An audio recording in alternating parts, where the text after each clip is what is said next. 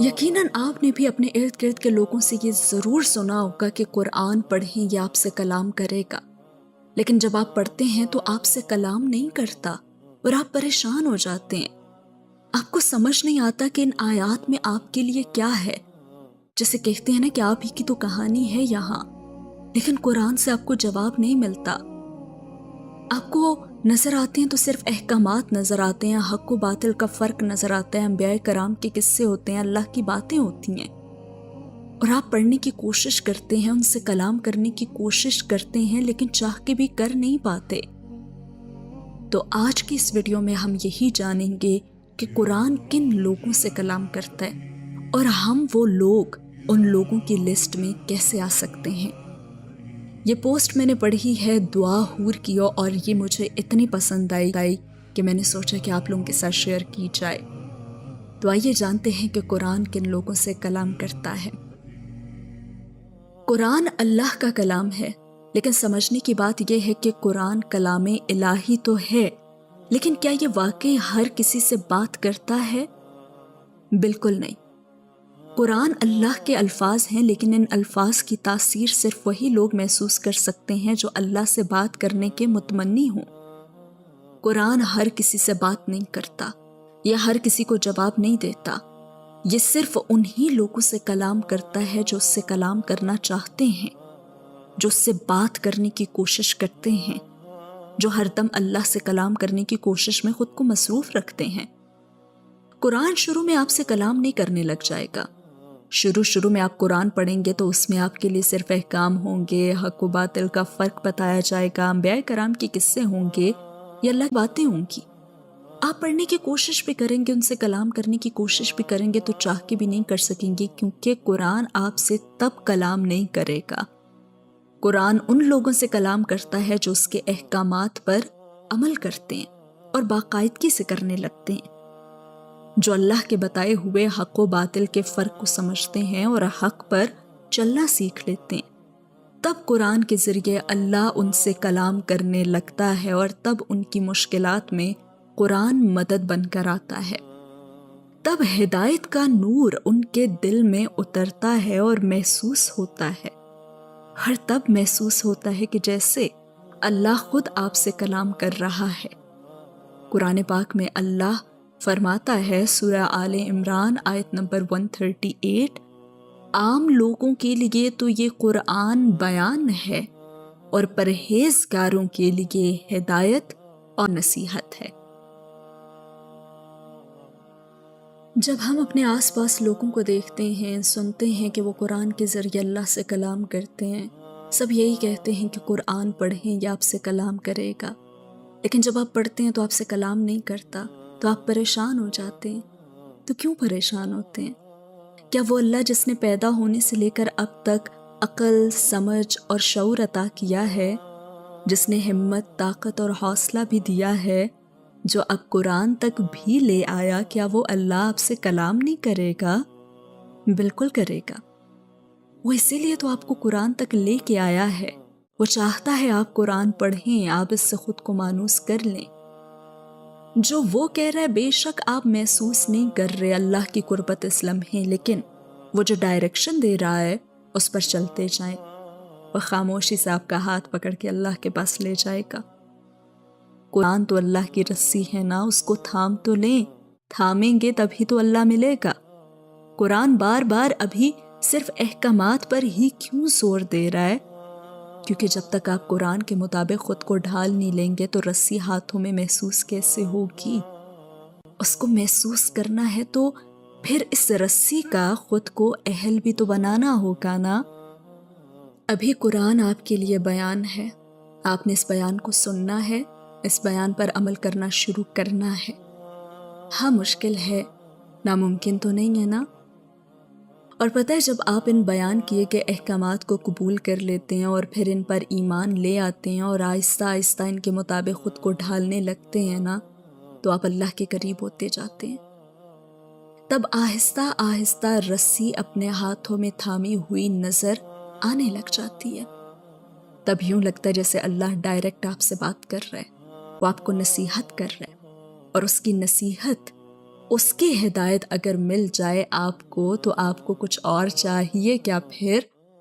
آپ کو تو سب مل گیا نا، تو اب بھی آپ کیوں بھاگ رہے ہیں دنیا کے پیچھے؟ جبکہ مل تو دنیا میں بھی کچھ نہیں رہا، تو پھر کیوں اتنی خواری؟ یہ اپنی انرجی کا اتنا نیگیٹو استعمال کیوں؟ اسی انرجی کو قرآن سیکھنے میں لگا لینا، اور اللہ کی رسی اگر ہاتھ آ گئی تو پھر بس آپ نے ایک بار رسی ہلانی ہے اور مدد حاضر ہو جانی ہے۔ آپ نے قرآن کو اپنی روزمرہ زندگی میں قرآن کو بڑے آرام سے اور پیار سے اور احترام سے شامل کرنا ہے۔ قرآن پڑھنے کے بارے میں کچھ اہم ٹپس ہیں جو میرے بھی کام آئی ہیں، وہ میں آپ لوگوں کے ساتھ بھی شیئر کرنا چاہتی ہوں۔ آپ نے سب سے پہلے اپنے پورے دن کی روٹین سیٹ کرنی ہے، یعنی اپنے سونے کا ٹائم سیٹ کرنا ہے، اور آپ نے ہر کام کو بیلنس میں لے کر آنا ہے۔ رات کو جلدی سونے اور صبح جلدی اٹھنے کی عادت بنانی ہے، یعنی آپ نے رات کو 10 بجے سے پہلے اپنے سارے کام کسی بھی طرح سے ختم کر لینے ہیں۔ 10 بجے بس آپ نے بیڈ پر ہونا ہے، اور ایسی عادت بنا لیں کہ بس 10 بجے ہی آپ کو نیند آنی شروع ہو جائے۔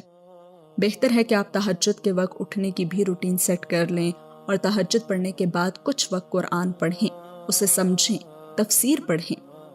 اتنے میں فجر کا وقت ہو جائے گا، اور فجر کی نماز پڑھیں، اور اس کے بعد آپ کو ایک بہت اہم کام کرنا ہے۔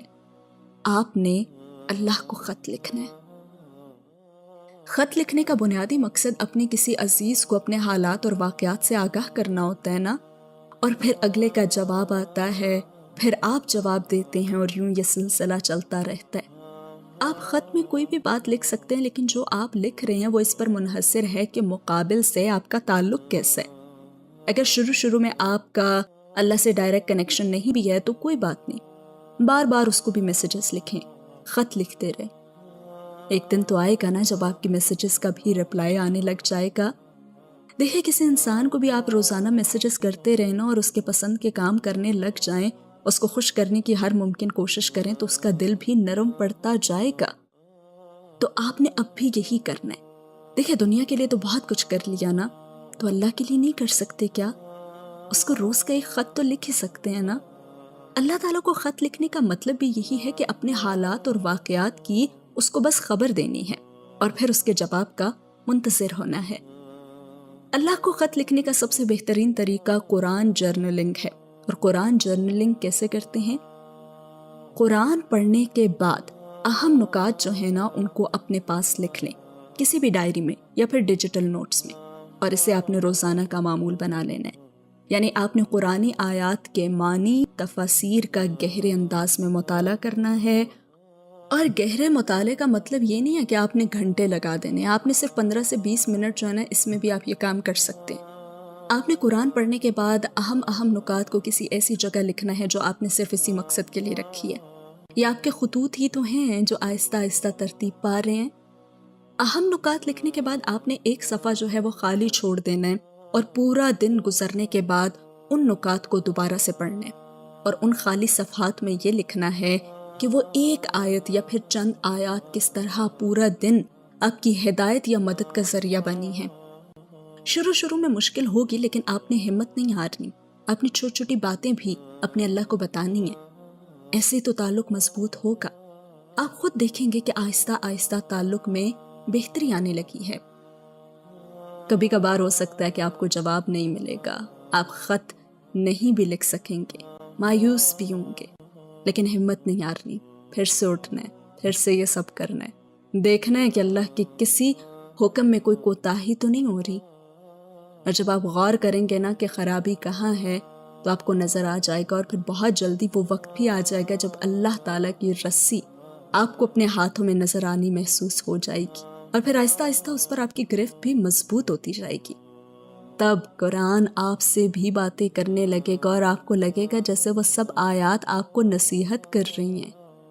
آپ کو لگے گا یہ سب کسی اور کے لیے نہیں، بلکہ صرف اور صرف آپ کے لیے ہی تو تھا۔ اس قرآن میں ہدایت صرف آپ ہی کے لیے تو لکھی تھی۔ تب قرآن آپ سے کلام کرے گا، اور پتہ ہے تب آپ کن لوگوں میں شمار ہو جائیں گے جو کہتے ہیں اِیَّاکَ نَعْبُدُ وَإِیَّاکَ نَسْتَعِینُ۔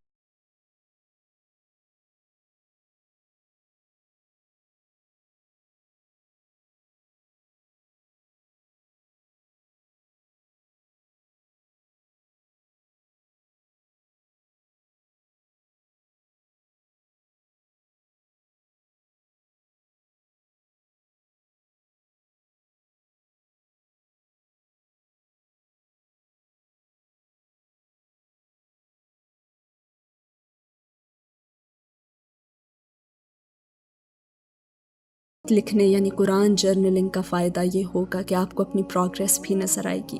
پھر جب کبھی آپ مایوس ہوں گے نا، تو آپ جب پڑھیں گے نا کہ آپ نے اللہ سے اس لمحے کیسے بات کی تھی، تو پھر آپ کو موٹیویشن ملے گی.